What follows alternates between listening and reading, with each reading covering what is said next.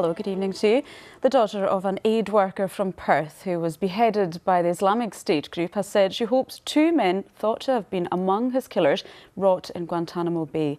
The men claimed they won't get a fair trial because they say they've been stripped of their UK citizenship. Katrina Renton reports. David Haines was beheaded in Syria more than 3 years ago.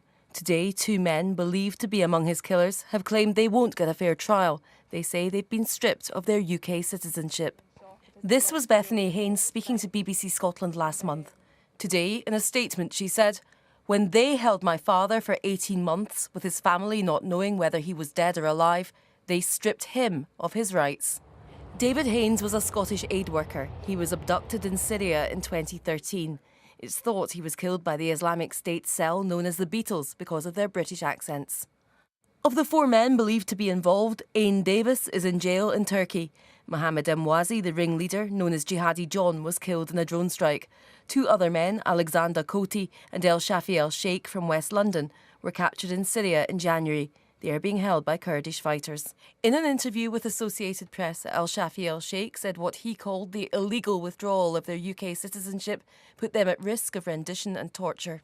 Bethany Haines said the two men should be stripped of all the things they hold dear and left to rot in Guantanamo Bay. Katrina Renton reporting Scotland. A special lifting barge has been brought in to try to recover the bodies of two fishermen who were lost in January when their boat sank in Loch Fyne. A salvage team hopes to lift the Nancy Glen enough for divers to carry out a search. Parents of premature and sick newborn babies will be able to claim from a new scheme to help with financial costs while their child is being treated in hospital.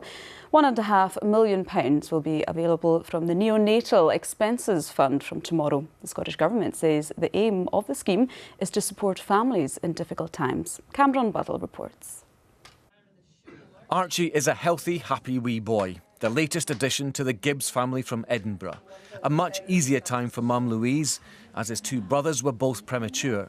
She welcomes the new fund for the families of sick babies.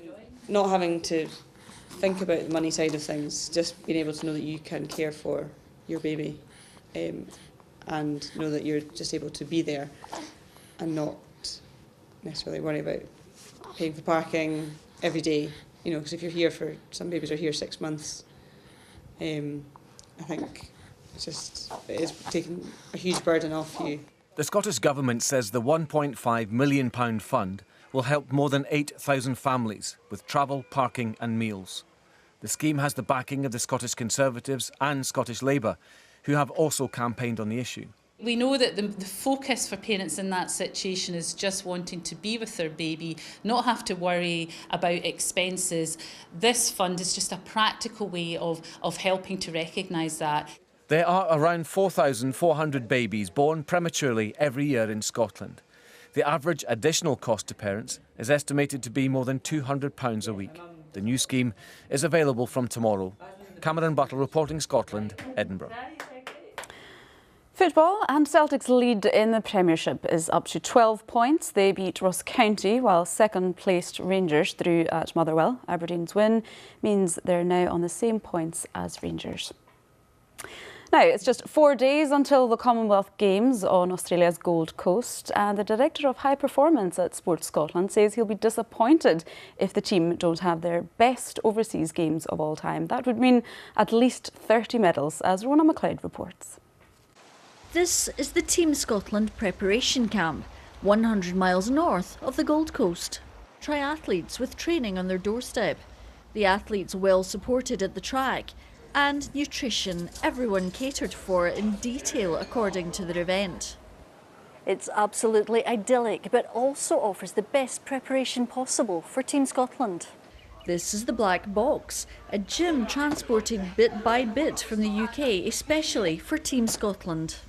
We are going for a best ever away games, and if you want results like that, and if you want to be one of the big sporting nations in the world, which Scotland is, that's what we've got to do. 3, 2, 1.